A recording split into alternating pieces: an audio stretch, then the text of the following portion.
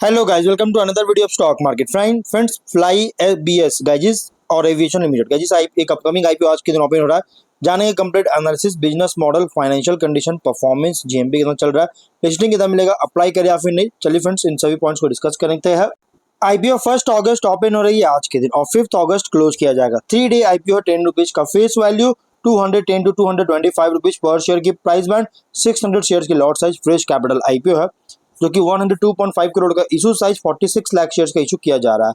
Giriraj stock broking market maker है और book build IPO NSC SME पे लिस्टेड किया जाएगा। अलॉटमेंट डेट फाइनलाइज किया गया है 6 अगस्त का। 7 अगस्त रिफंड्स रिलीज किया जाएगा, शेयर्स डिमेट अकाउंट में क्रेडिट होगा और 8 अगस्त का लिस्टिंग डेट रखा गया है।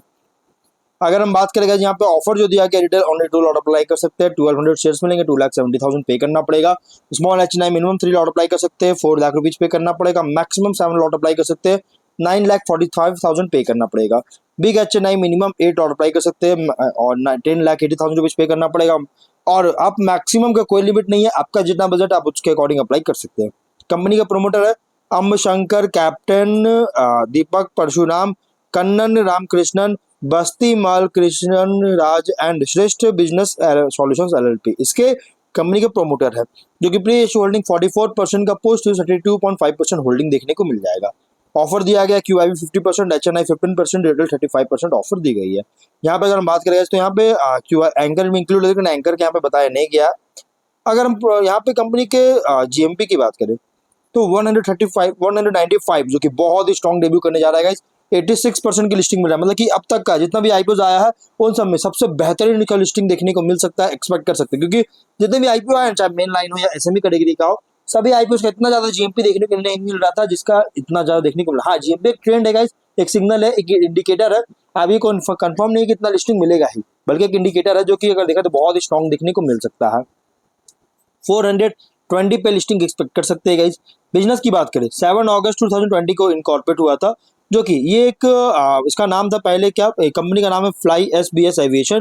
पहले इसका नाम था fly SBS aviation private limited, जो कि अगर हम बात करें कंपनी जो है एक इंडियन एविएशन कंपनी है और जो कि स्पेशलाइज है प्राइवेट जेट सर्विसेज में, जिसमें कि जिसका कंपनी का हेडक्वार्टर है चेन्नई तमिलनाडु में।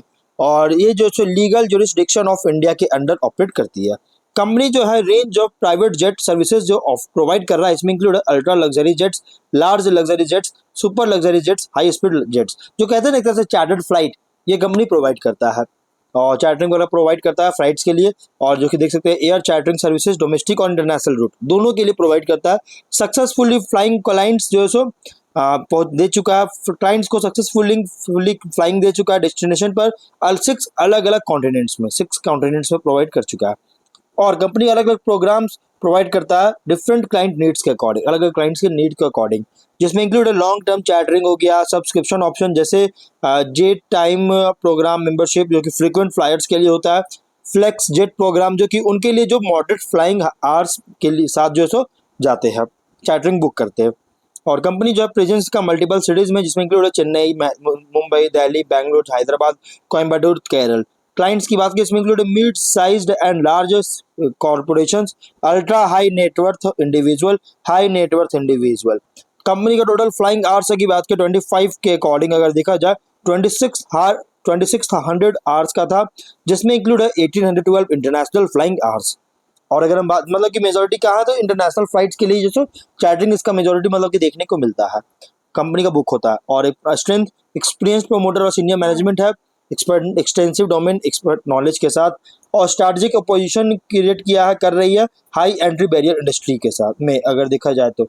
लेकिन हाँ, कोई भी अचानक सा अपने कोई भी जो नहीं कर सकता, इतना ईजी नहीं है इसमें एंट्री करना, इस बिजनेस सेक्टर में एंट्री करना बहुत ईजी नहीं है। एक तो बहुत ही वर्किंग कैपिटल, बहुत ही ज़्यादा ह्यूज कैपिटल का अमाउंट चाहिए होता है इसमें इन्वेस्ट करने के लिए इस बिजनेस में, प्लस बहुत ज़्यादा रेगुलेशन वगैरह लगाए जाते हैं एयरपोर्ट अथॉरिटी ऑफ इंडिया की तरफ से, और in house fleet and existing flight operational experience है।